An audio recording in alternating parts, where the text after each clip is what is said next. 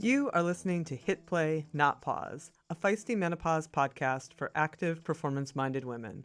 I am your host, Selene Yeager. Each week, I bring you advice from athletes, scientists, researchers, and other experts to help you feel and perform your best, no matter what your hormones are doing. This show is a production of Live Feisty Media. Hello, strong, feisty women. I hope you all are well. And for those of you listening in the U.S., very happy Thanksgiving tomorrow. I just want to say, and even if you're not in the US, this is for you too. I appreciate each and every one of you in this community, listening, watching on YouTube, all of the things, whether you're here for the first time today or you've been with us for 5 years, 2 years, whatever. I really appreciate you. And I wanted to take this moment to say thank you. So, again, I appreciate each and every one of you. All right. So this week we are talking all about bone health. And boy, so I have been seeing weighted vests pretty much everywhere I go these days. And for the record, I am not a weighted vest hater. They 100% can have their place in boosting the benefits of everyday workouts. If you love your weighted vest, carry on. I get it.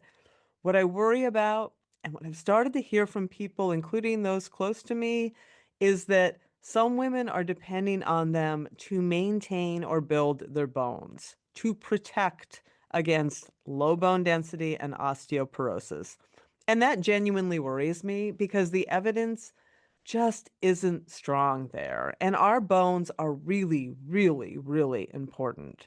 The menopause transition is a critical tipping point for bone health.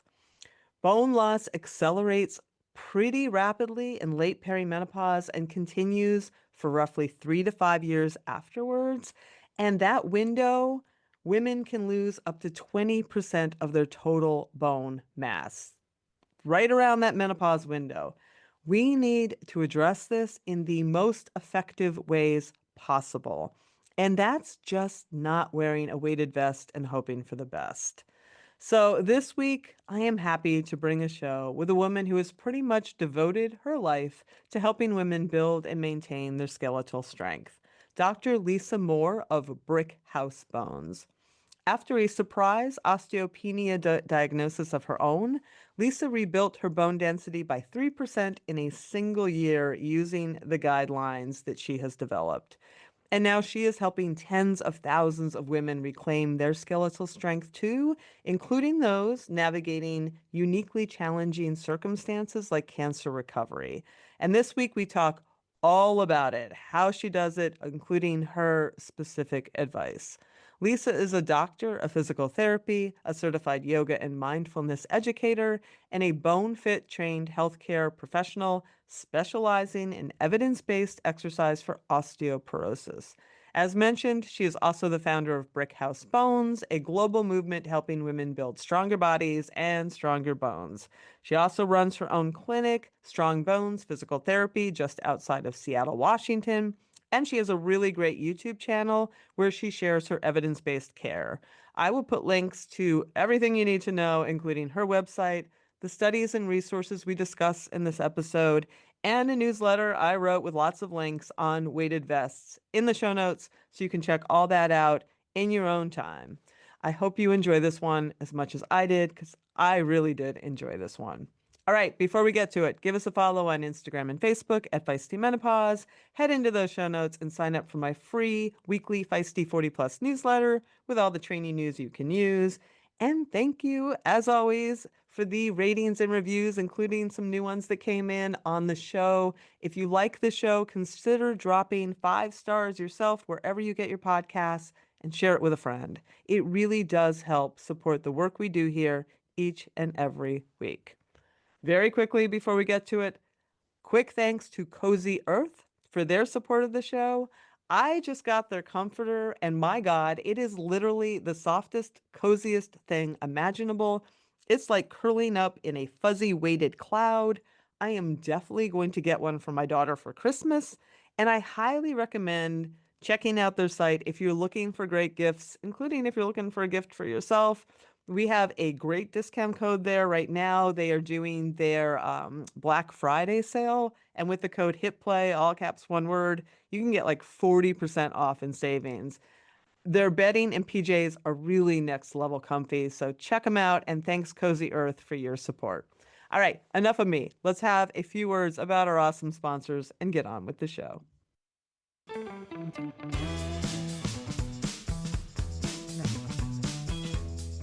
All right, Lisa, welcome to Hit Play Not Pause. I'm stoked to have this conversation. Oh, I'm stoked to be here. Thank you so much for inviting me to talk about bone health. It is. I mean, obviously, I've always known that bone health is important, but I will say that in these past 5 years doing this show and sitting in meetings and seeing the magnitude of loss that can happen at this time of life and the magnitude of women who get osteoporosis and the magnitude of what that means, I am now just on my soapbox all the time about it. It's so important. Absolutely, 100%. It's needed, and the awareness is shining a light on a problem that has existed for a long time and has changed lives of people who sustained fractures that were never warned. So we have to talk about this, and we need testing earlier than age 65. Our requirements for testing are way late. Totally. Yeah. And when you look at this is what sort of infuriates me when I look back at growing up and images, and even now when you look at images when they have, when they do the silhouettes from birth to old age, and it's always the old woman bent over, and there was even a word for it like dowager's hump. We just accepted it. We just was like, this is what it looks like to be an old woman. And I think, why did we think that was okay? Right. Normal aging for female is to get weaker and weaker and hunched over and shorter and to lose ability. Right. To have your world get smaller and smaller and to lose the ability to do the things you love with the people you love. Yeah. Well, let's change that. Yes, So, absolutely.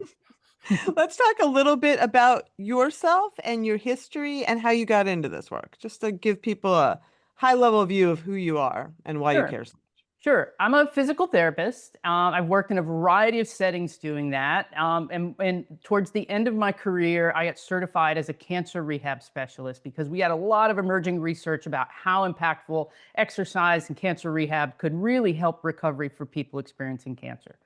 Many of my clients were breast cancer survivors. And as I learned along the process of working with them, they're at extremely higher risk for osteoporosis and fractures because of the treatments that they receive and the ongoing suppression of estrogen to help prevent recurrence. They wanted help from me, and my training did not include how to help protect their bones.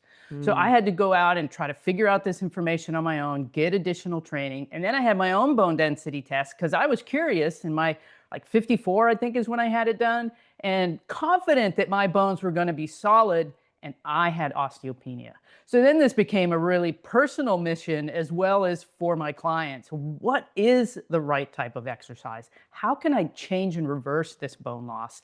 What things are going to prevent fracture, not just change bone density? How do I need to look at how I move more mindfully? So all of this was a journey both on looking at this for my clients as well as myself, and it was not clear. There was a lot of mud to sort through to figure out fact from fiction, to figure out claims and fringe solutions that just really weren't part of real solutions to preventing fractures, to aging with strength and without disability. You said you were very confident that it was going to be great when you got your scan. What gave you that confidence, and why don't you think it turned out the way it was? What were you doing athletically? Oh, great question. I was always involved in athletics, from young age in high school and college. I continued through my adult life being active in sports. But as I look back now, and that's what made me think, hey, I should be pretty good. As I look back now and as I understand risk factors, I don't think my nutrition was on point when I was building peak bone density. I'm not sure I got enough calcium and protein in those really critical periods, maybe underfueled for times, maybe chronic dieting for periods of time. Also, alcohol, probably way more than was helpful for building good bone density. So I can look back and see behaviors that probably played a role in that. And then we'll talk. I mean, I feel like we should just launch into what you did. Like, because now I'm just so curious about what you Sure, did. sure, sure. Uh, really, it was. I had to change my exercise. I was exercising, but I wasn't really training with intention. So I had never done barbell training. I had done just some weight training and different strength. I did a lot. I did mini triathlons, so I did more aerobic focused exercise. And as I looked at everything, I said I need to absolutely change how I do this. And one of the things I did early on was really fine tuning my nutrition to be more anti-inflammatory. So lots of plant-forward nutrition, getting enough quality sources of protein, eliminating processed foods and highly processed foods, reducing inflammation played a big role in how my body felt comfortable doing different types of training. I got coaching from people that were knowledgeable in doing barbell lifts. So back squats, front squats, deadlifts, trap bar lifts, progressing with a beginning plyometrics. I took years to work into plyometrics and jumping without injury to be able to do box jumps and drop jumps and things that we know not everybody can do impact, but if you can, impact has a very strong stimulus for bone density. So I just took slow, deliberate steps of increasing the quality of strength training I was doing. Instead of doing 15 to 20 reps, 3 sets, I was working down more into the 5 to 8, 8 to 12 range, getting more quality lifts of more strength building. Did you change your numbers? Yeah. Yeah. Do you? So I don't have them exactly, but I had a 3% increase after 1 year. Oh, wow. Yeah. Yeah, that is significant. So Lisa, people with osteopenia and certainly osteoporosis, and I hear them in my group, are often fearful of being fragile, right? Mm. They're afraid, and you mentioned barbells, and I hear fear around those because they feel like that's not safe. So can you address that a little bit? Sure. Well, I mean, the first And reaction is fear. People become paralyzed with fear because as soon as you hear that word, and I had this same feeling myself, I expected a good number and I saw osteoporosis, and suddenly I questioned every movement. My osteopenia. osteopenia, yes. Yeah, I okay. questioned every movement that do I need to reconsider how I move? Am I more fragile than I thought? I really had that internal kind of visceral reaction to that. And that's normal. Everybody experiences that when they read that diagnosis. Where I tell people and how I work with clients when they say, well, I need to do this high intensity strength training, like, great if that's your goal, but that's not where we need to start. And even in the research that did that type of training, it was movement first. Get the movement quality down. Train the movement so that our alignment and our positioning is right, and begin load. Every single one of those lifts I learned was scaled in the beginning. It was scaled in a way that met me at my level of ability to build that tolerance. Barbell, and we have research that supports deadlifts and back squats and strict presses and impact as beneficial, specifically in the population of postmenopausal females with osteoporosis. You're So, talking about the Liftmore study, I'm correct, imagining. correct. Can you unpack that a little bit? Yeah, I mean, that was, I've said before, it was groundbreaking because prior to studies like that, the message that women were receiving from their providers, from people that were trying to support them in osteoporosis was, don't lift more than 5 or 10 pounds, don't lift your children or grandchildren, don't bend or twist, don't was the recommendation, right? And so they became less active, more frail, less muscle mass, higher risk for falls, and that was dangerous. We were not helping women to become empowered against their osteoporosis. This study said, wow, we can help women safely build strength in a meaningful way that can change their bone density. To me, it gave us permission to start with work with clients in a different way. And do you treat women, because as readers, as listeners likely know, but maybe don't, osteopenia and then even osteoporosis it's a spectrum, Mm-hmm. correct? So is there a point on that spectrum where you do treat women differently? Yeah, and that what we look at is not necessarily just bone density, but Okay. fracture risk. Okay. So what I will say is we are not good at predicting who's going to fracture. We Oh. just aren't. One of the factors of fracture risk is the bone density score, whether it's pre-osteoporosis, such as osteopenia, or advanced osteoporosis. So the more negative or the more standard deviations away from norm, that is, the higher the risk for fracture. The other risk is, have you already had a fragility fracture? If you have, your risk of another is significantly more. So when I'm categorizing clients I'm working with, those that have already had a low trauma fracture, I do treat a little differently than those that have never had a fracture.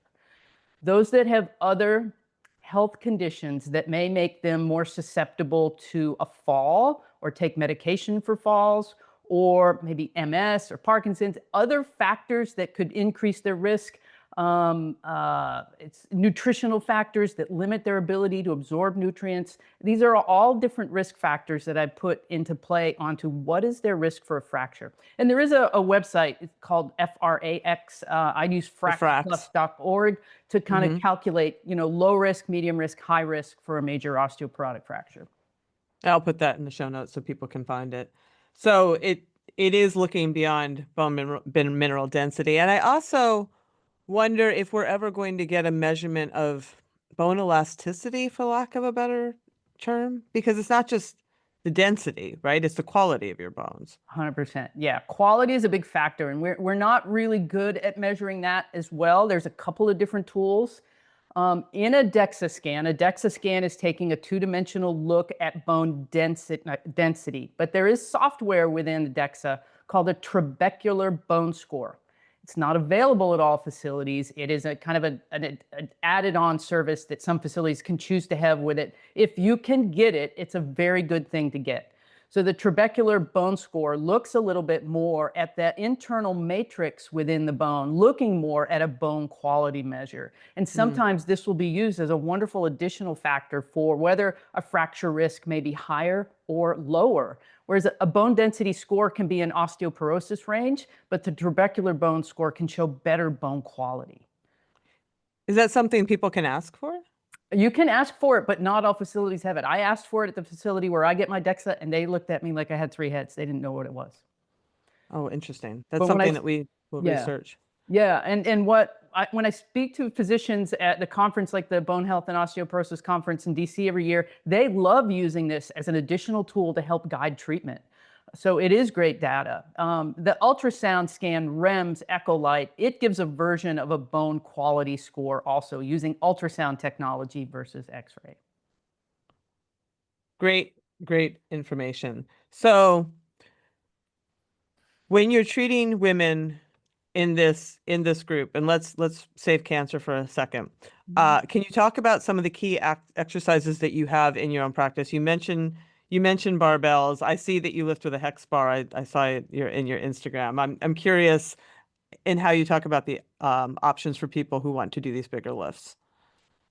To do the bigger lifts, well, one, we have to build the base. But when we look at moves that I incorporate with nearly every single patient, one might be a pull. A pull is an integral part of a bone health program. A pull could be a row. You're pulling for a row. We could be pulling down. We could be pulling down a lat pull. But we need to do pulling motions, and then we can grade that up to heavier and heavier lifts.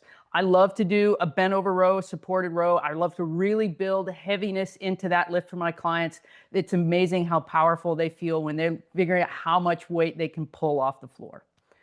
Cable rows work for that, but rows are an integral component I would do with nearly every client. Squatting is a functional exercise. We need to be able to squat, and we need the mobility to be able to squat safely to pick up whatever weight we're picking up, whether we're gardening or with our grandchildren or whatever other activity. So I always train squatting at whatever level my client can do, but I do work them up to doing barbell squats if it's in their wheelhouse and they have a desire. Deadlift or a hinge motion, also another very functional movement for how we can bend and lift with protecting our spine. When we target the muscles in the back body, when we improve our ability to do spinal extension, that is protective against fracture. It's not just also targeting things that improve bone density in the spine, it is protective against fracture because it's that overflexion or rounding of the spine when we lift that makes our vertebral bodies more vulnerable. Oh, interesting. So take that one step further. So how is that specifically preventive against fracture? I love it. Okay, so I'm going to turn sideways for you. So if we are flexed and Yep. rounded, we have Yep. more compression forces on the vertebral body in the front. When we are activating spinal extensor muscles, so we're Yep. using that extension moment during a deadlift or during other, when we're activating those muscles, we're building strength in that protective ability to limit flexion when we're lifting. There was also a great study done a few years ago that divided women into I think they were in two categories, and one did extension exercise. They did these extension-based exercises for 2 years, and the other did some other like stretching exercises and whatnot. And then they stopped, and they checked them 10 years later. And the group that did the extension exercises had significantly fewer fractures and still had better bone density than the group that did not. Wow. Yeah. Yeah, that makes a lot of sense. And it also seems to me it would help with posture just generally, correct? Oh yeah, absolutely. Absolutely. That posture, and especially in movements. Like if you're relaxed and you're on the couch and you're watching TV, I'm not the posture police. Our body likes different movements, but when we're lifting, when we're doing things that are intentionally placing stress, just to have that strength to be in that better alignment and position, it's protective. We're talking to a pretty active audience, Mhm. and you had mentioned that you had been in the endurance space. A lot of my athletes are in the endurance space. So Mhm. we have quite a few CrossFitters and people are lifting more. But let's talk about particularly when it comes to women with a long history of endurance sports, because I do think that we have a lot of people who are runners in the group, and running is an impact exercise. And yet you will find osteopenia, low bone density in runners. So let's unravel that a little bit.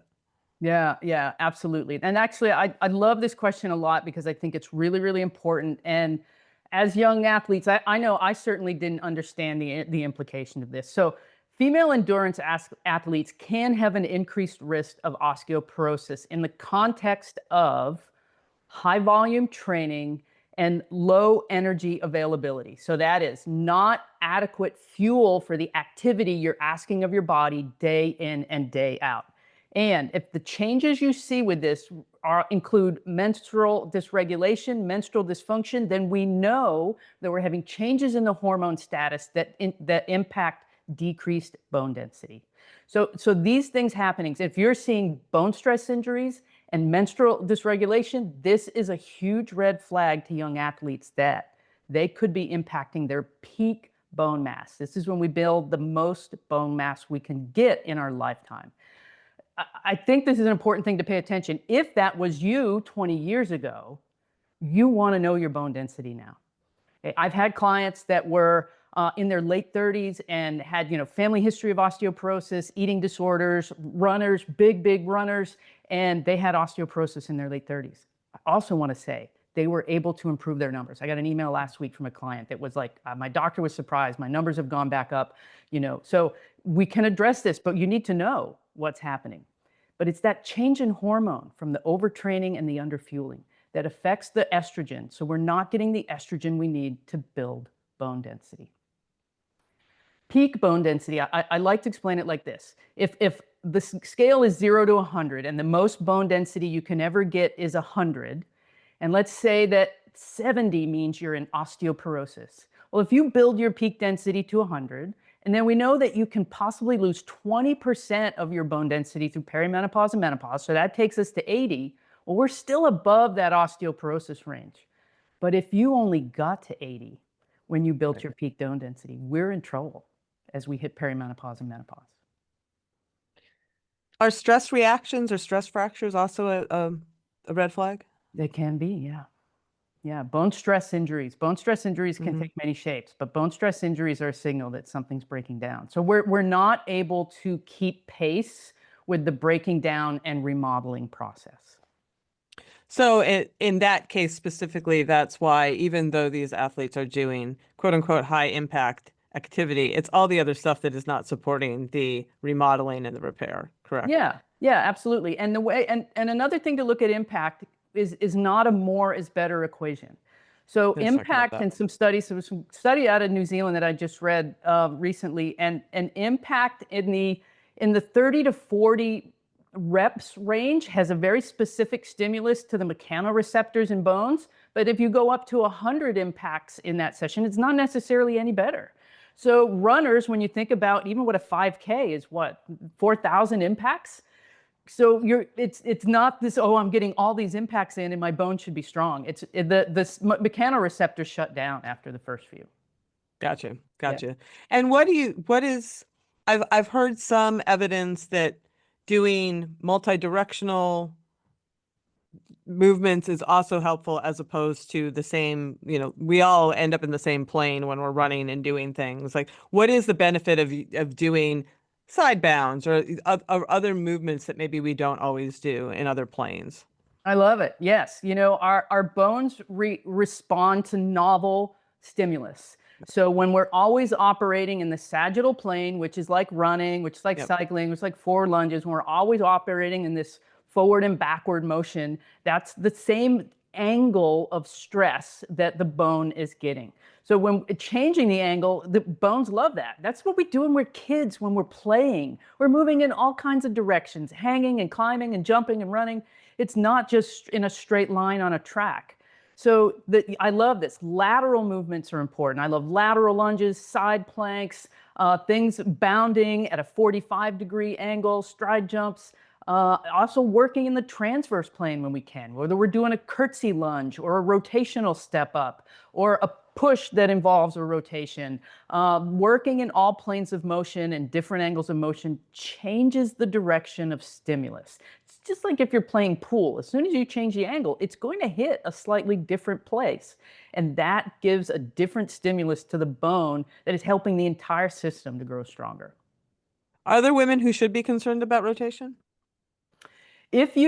So twisting and rotation, when we talk about people with osteoporosis, with low bone density, we don't do resistance in twisting and rotation if we're doing simply twisting through the spine. So like a Russian twist is not an exercise I do, but if I'm rotating through the hips and pelvis, I do that. Right. I don't do resistance, cable pulls with rotation. Forceful repetitive twisting is a precaution for osteoporosis, but you can do a rotational step up. You can do a curtsy lunge. We don't do that twisting through the spine. If someone's had a fracture in the spine, that's another precaution for that. But I don't eliminate all twisting because spines that don't move become stiff and painful. So we can change the orientation from doing things laying down or on hands and knees where our spine is in an unloaded position. So the forces are different, and we can do, and even in sitting, we can do mindful rotation and twisting just to help with comfort and mobility, but not forcing anything. Yeah, and life. I mean, Life, yes. we do want people to be able to function in Yes. their life. Yeah, exactly. I have to ask about weighted vests because they're a thing right now. Do you have any thoughts on the use of weighted vests for bone density? Oh boy, do I.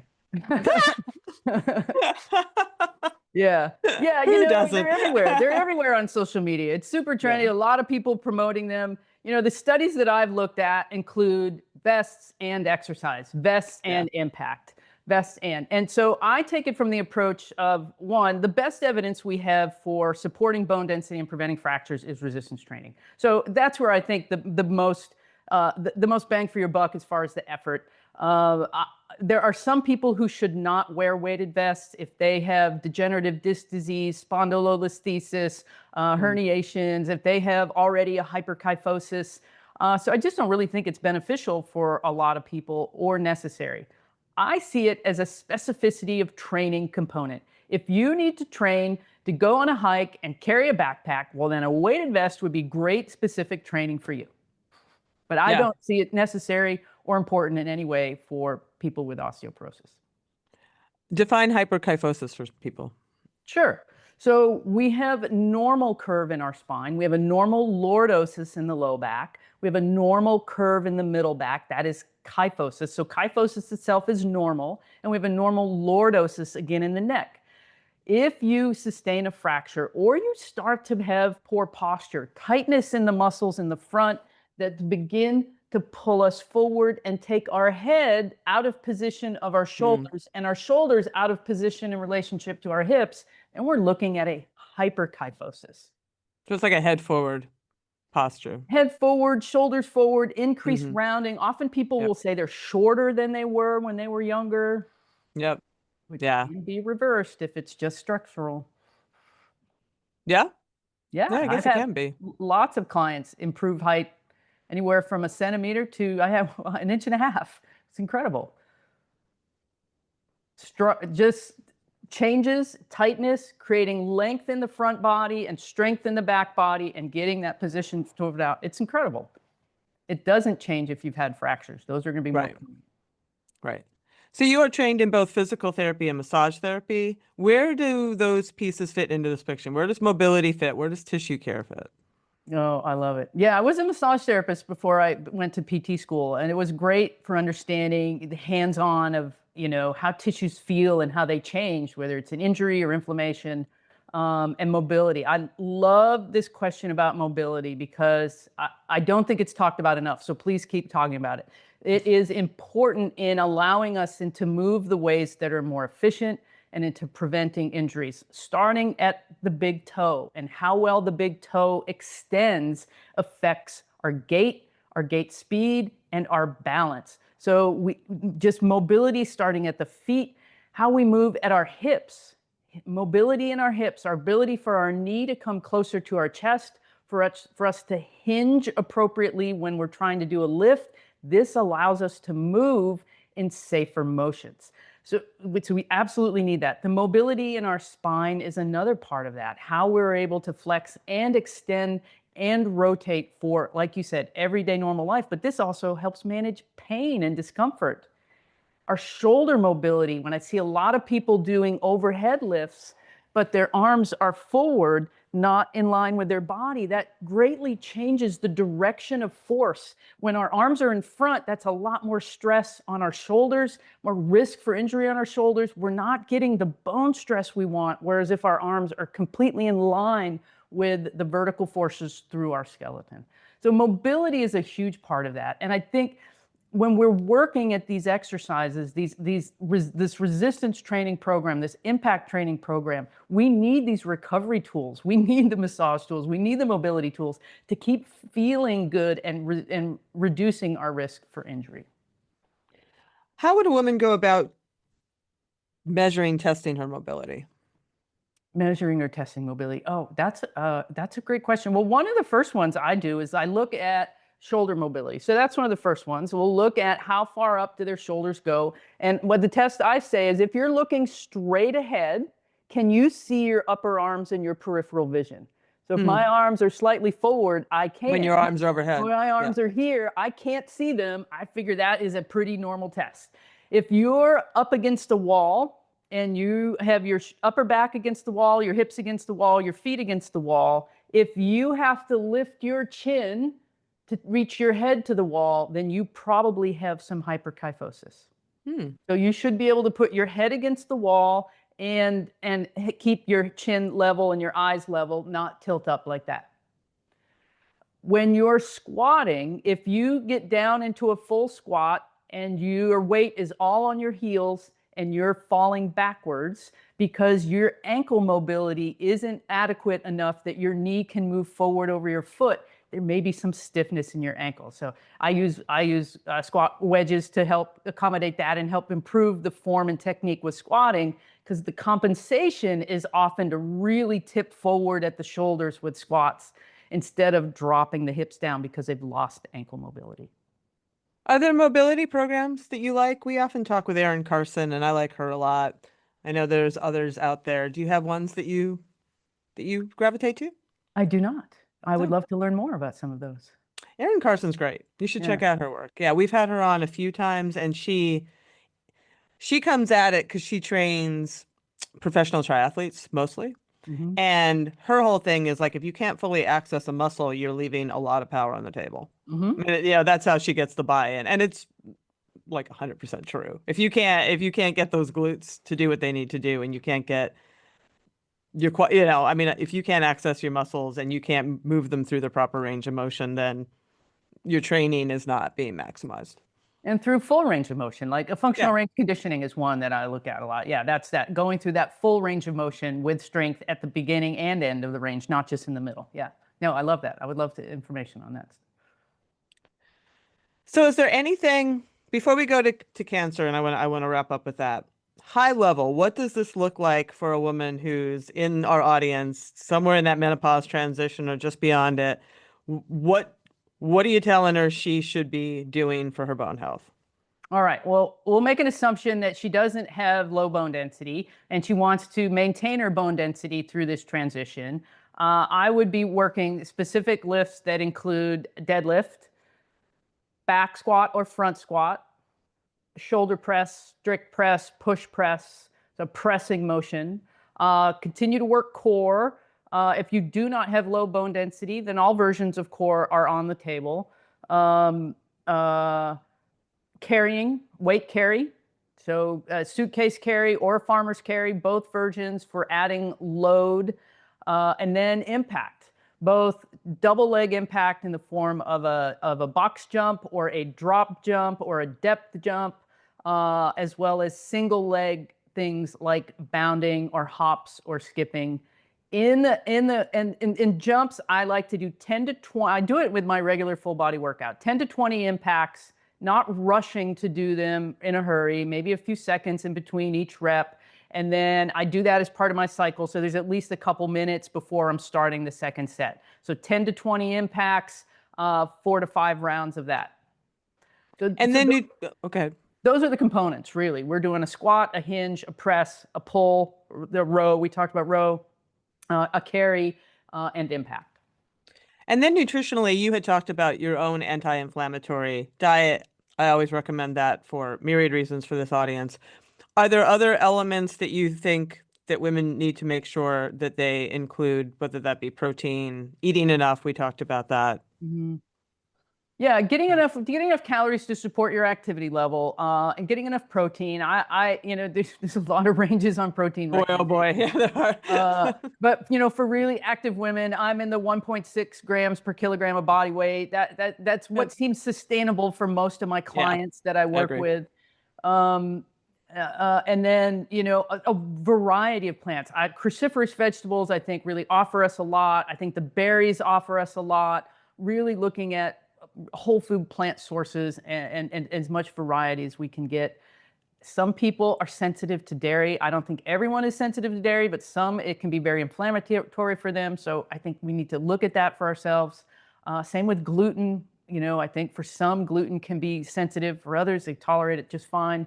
Um, but protein is the key. Protein and adequate nutrients. Otherwise, we have to get enough calcium.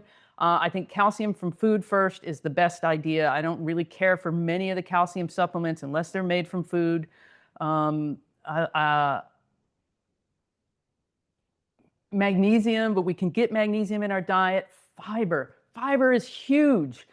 Fiber can really make a big difference in controlling inflammation and helping us with processing our nutrition.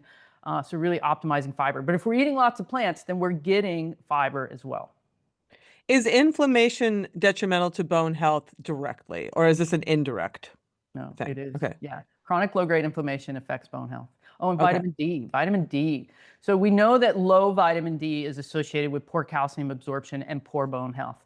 Yeah. We don't need to supplement to the point where it's super high because too high is also detrimental. So we want to keep it in the Yeah. sweet spot. It needs to be tested. You need to know what your level is. Yeah, people go a little overboard. And the same thing, that's why I'm always a little leery about calcium supplements too, because when you look at the research there, it's like, Yeah, it's not yeah. more is better. Yeah, it is not more is No, better. no. And getting tested. Everybody, please get your bones tested. I just think it's Yes. so important. So let's wrap up talking because my dad, this is a show for women, but my dad had prostate cancer and had testosterone suppressant therapy and became very osteoporotic. Mm. And this is something that I see happen Mhm. with women as well. So how do you work with people who have had cancer and are concerned with their bone health? Yeah, this is a huge issue, and often when you go into a cancer diagnosis, you have no idea that this is going to be one of the downstream effects, whether it's from the hormone suppression treatment for men and women, radiation treatment that Hmm. affects the bones. I've had clients who had fractures due to their radiation, or the after medication on estrogen. But the steroids that are often taken in conjunction with chemotherapy can have a big effect on bone health, as well as certain chemo agents can also affect bone health. So there's a big cluster of effects here. And then certain cancers like multiple myeloma can be really destructive to bone. So it's having to look at each case individually. What are the factors that contributed to the bone loss? What are the ones we can change? So we have modifiable and non-modifiable factors, right?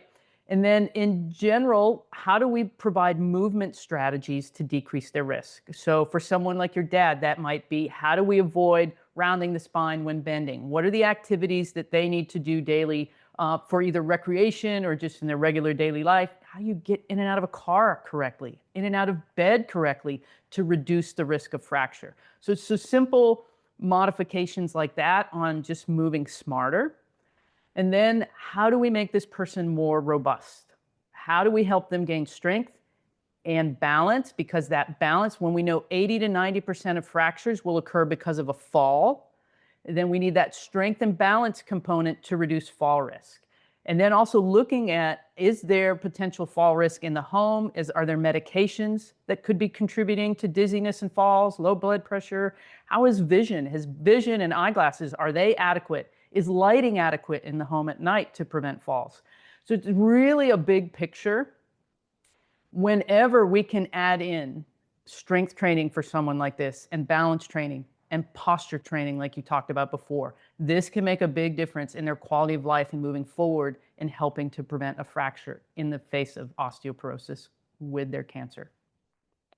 And with women, because estrogen is a FDA approved treatment for the prevention of osteoporosis, not once you have it. How, i- if someone is coming off of a breast cancer situation where estrogen is questionable, we work with them in all of these different ways to help. Have you seen their bone density stabilize, if not improve, when you work with women in this place? Yes. And that Okay. to me, like, I didn't go into those scenarios making any promises to these clients. Um, I just knew we were going to follow the evidence in how to do the treatment. And I've had a few clients in exactly that scenario who were post breast cancer treatment, were on estrogen suppression. So taking hormones was not even an option. Not only that, they were in the process of estrogen suppression, and they were being asked to take the medications to improve bone density, which they were trying to defer. So, and I'm not against bone medications. I think they're life-saving and helpful in some cases for people that, I don't want to send an anti-medication message here in any way. But these clients did deliberate 3 days a week of this targeted training that we've talked about. They were deliberate and intentional in their nutrition as far as optimizing their protein, taking creatine to help support their strength training routine, getting the right balance of nutrients, getting their lab work done. So I've had some that stabilized, that were in periods of bone loss, that were able to stabilize the bone loss, which to me is a huge win when we lose Agreed. 2% a year. And I've had others that were able to increase bone density. And we're talking in the 2 to 4% range over a 2-year period, which is, in the face of estrogen suppression, I think is That's phenomenal big. and a Yeah. testament to their effort. And they're doing impact, strength training, full everything we've talked about. That's what they're doing. Yeah, that's outstanding. Is there anything we haven't addressed about any of this that you wanted to mention? One of the myths, and I don't think this is your audience, but one of the myths is, well, walking is enough. Hmm. My doctor said walking is enough. Just walk. Just keep walking. And while walking can be, we do have evidence to say walking can help women maintain bone density. Strength training is really the key. And I think, I grew up in an era where, dieting and being small and fitting this unrealistic image of the models on TV, that in the second half of our life, I think it's not the thinnest who thrive, it's the strongest. And so that's really the message. And I know that's the message that you're sending home. And I think that's the message that we should take moving forward.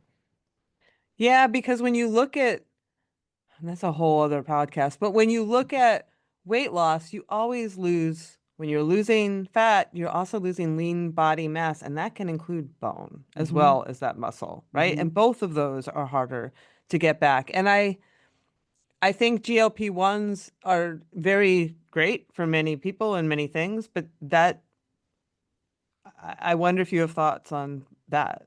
I mean, they need to keep strength training. Yes, yes, yeah. I listened to Dr. Silas Whalen, and I love what she says about the Mm. importance of body composition testing before starting a GLP-1 medication and monitoring that. And I think she's really rigid with her patients that are on these medications because if she's starting to see muscle loss and loss of lean body tissue, she's asking them to change their plan and up their protein intake. So I think in the context, it needs to be watched very, very carefully. And strength training should be an essential component of being on these medications. Yeah, I would agree. Anything you want to leave people with? No, my program is called Brick House Bones, and There that you is go. what I teach on YouTube. I have 500 free videos for people if they want to check it out. Awesome. Thank you so much for your time. Take care of your bones, get your bones checked, and I will put all the links to your materials in the show notes. I appreciate you. It was such a pleasure. Thank you for having me.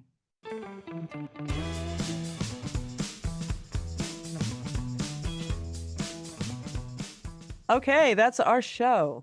Come on back next week when I bring in frequent guest, reproductive endocrinologist, CrossFit health doc, and menopause training specialist, Dr. Carla DiGirolamo, for a total nerd out episode on what happens to muscle during menopause. If you love geeking out a bit, you will not want to miss this one. We go very deep into all things muscle and hormones. So come on back next week for that one. And until then, as always, stay feisty.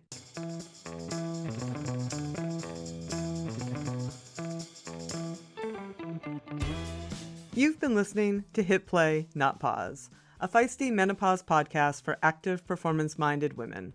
I'm your host, Celine Yeager. The show is edited and produced by the strong, talented, and amazing women at Live Feisty Media. Follow us on social media at Feisty Menopause. And please help us spread the word. Screenshot and share this episode on your social media channels with the tag @FeistyMenopause. Share the show with your friends. And please subscribe, like, review, and rate this show wherever you get your podcasts. Word of mouth and good reviews make it easier for other listeners to find. Thanks for listening, and as always, stay feisty.